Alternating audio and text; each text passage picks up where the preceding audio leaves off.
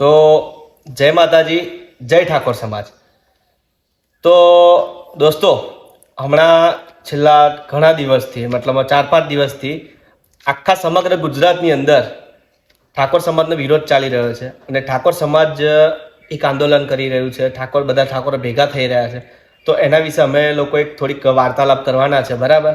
તો એ તમને આ વિડીયો સમક્ષ બતાવીશું. એટલે આ વિડીયોને બને એટલો તમે શેર કરજો, બરાબર?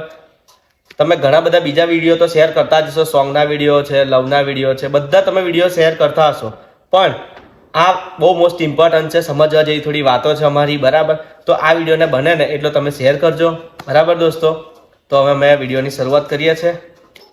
જય માતાજી, જય ઠાકોર સમાજ. તો મિત્રો, તમને હાલ ખબર જ છે કે સોશિયલ મીડિયામાં હાલ શું ચાલી રહ્યું છે. તો મિત્રો, એમાં જે પેલું એ રાખ્યું હતું એવોર્ડ શું એમાં ધારાસભ્યની ત્યાં વિધાનસભાની અંદર મીટિંગ રાખેલી અને મીટિંગ એટલે કે સન્માન સમારોહ રાખ્યો હતો. બરોબર. તો એમાં આપણા સુપરસ્ટાર એવા વિક્રમભાઈ ઠાકોરને નતા બોલાયા કે ગમે તે નતા બોલાયા કે હા.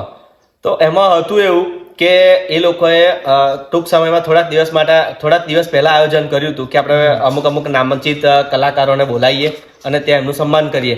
પણ બધા સમાજના કલાકારોને ત્યાં બોલાયા હતા, જેમ કે ગીતાબેન રબારી હતા, કિંજલ દવે હતા, જિગ્નેશ કવિરાજ હતા, બધા લોકો હતા, મોસ્ટલી ટોટલી બધા.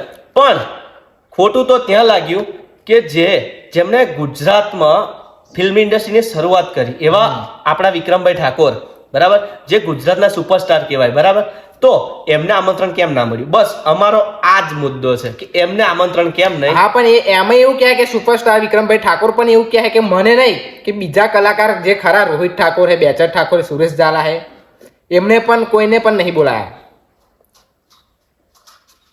પણ એમાં કિસ્સુ વાત એવી છે, બરાબર, વિક્રમભાઈ તો એમ કહે છે કે ભાઈ મને ના બોલાયા તો ચાલશે. પણ કિસ્સુ એમાં તને ખબર છે કે જ્યારે વિક્રમ ઠાકોરનું પહેલું મૂવી આવ્યું હતું, એકવાર પીયુને મળવા આવજે, બરાબર, આઈ થિંક બધા જોયું હશે. તમને ખબર છે એ પિક્ચર 6 મહિના સુધી ટોકીમાં ચાલ્યું હતું પિક્ચર, અને લોકો ટ્રેક્ટરો ભરી ટોકી પિક્ચર જોવા જતા હતા સિનેમાઘરમાં, બરાબર. સિનેમાઘરમાં મને યાદ છે મેં પિક્ચર જોયેલું છે, નીચે બેહીને પિક્ચર જોયેલું છે, ત્યારે હું 3જા ધોરણમાં ભણતો હતો. તો વિચાર કરો, એ ટાઈમના વિક્રમ ઠાકોરના પિક્ચર જોવાનું ચાલુ કર્યા છે. એ ટાઈમનો વિક્રમ ઠાકોર કલાકાર છે, ફેમસ છે, સ્ટાર છે, બરાબર. અને આજકાલના લોકો આવેલા, બરાબર, એ લોકોનું સન્માન થાય એટલે સાહેબ દુઃખ તો થાય જ ને. સાચી વાત ને કિશુભાઈ? 100%. હવે તમે કંઈક કિશુભાઈ પેલી વાત કરો કે જે હમણાં બધું પેલા સોંગ ગાય છે અને એમ પર જે ચાલુ છે એના પર થોડુંક કહો હવે, કે એ લોકો બીજા કલાકારો જે આવા સોંગ ગાઈને ફેમસ થયા છે, બરાબર, અને આપણા વિક્રમભાઈ ઠાકોર કેવા મૂવી બનાવે છે, બરાબર, એના પર કંઈક કહો હવે. ચાલો.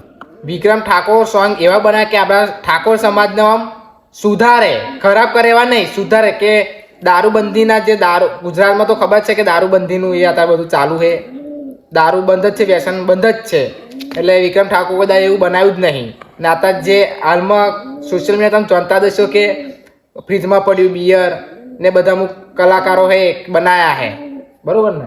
હા. તો એવા સોંગને લોકો પ્રોત્સાહન આપે છે, એવા સોંગ પર રીલો બનાવે છે, નાચે છે, કૂદે છે. અને અમારા વિક્રમભાઈ ઠાકોર સાહેબે જે પિક્ચર બનાવ્યું કે ભાઈ મા બાપના આશીર્વાદ, એ મા બાપના આશીર્વાદ પિક્ચર સાહેબ મેં જોયું, હું રડી ગયેલો છું. તો તમે વિચાર કરો, તમે કદાચ જોયું કે ના જોયું, બરાબર, પણ મેં જોયું તો હું રડી ગયો છે. મા બાપના આશીર્વાદ જે પિક્ચર છે ને સાહેબ, 1 નંબરનું પિક્ચર છે. પછી ખેડૂત એક રક્ષક, એટલે વિક્રમભાઈ જે પિક્ચર બનાવે છે, બરાબર, એ શેના પર હોય છે કે પારિવારિક હોય છે, કે સમાજ એનાથી સુધરે, એ જોવે, બરાબર, જોણે જાગૃત થાય, સમાજ જાગૃત થાય, એના પર આખા પિક્ચર હોય છે. એમના સોંગ પણ એ રીતના હોય છે, બરાબર. જ્યારે અમુક કલાકારોના સોંગ એવા હોય છે કે જેનાથી છોકરાઓ બગડી રહ્યા છે, જેમ કે હાથમાં છે વિસ્કી, બરાબર, મધરો દારૂડો, 5 વાગ્યાના પગ મારા દુખે. સાહેબ, તમને એવું નહીં લાગતું કે આ બધા સોંગ ગાશે, બરાબર, તો એ લોકો થોડી મતલબ શું કેવું કીધું ભાઈ, પેલા સોંગ ગાય એટલે એમને એવું હશે કે અમે બહુ ફેમસ થઈ ગયા છે, એમ એવું હશે, બરાબર. પણ વિક્રમ ઠાકોર સુપરસ્ટાર હતા, છે અને એ જ રહેવાના. તમારું શું કેવું મિત્રો? કોમેન્ટ કરજો. જય માતાજી, જય ઠાકોર સમાજ.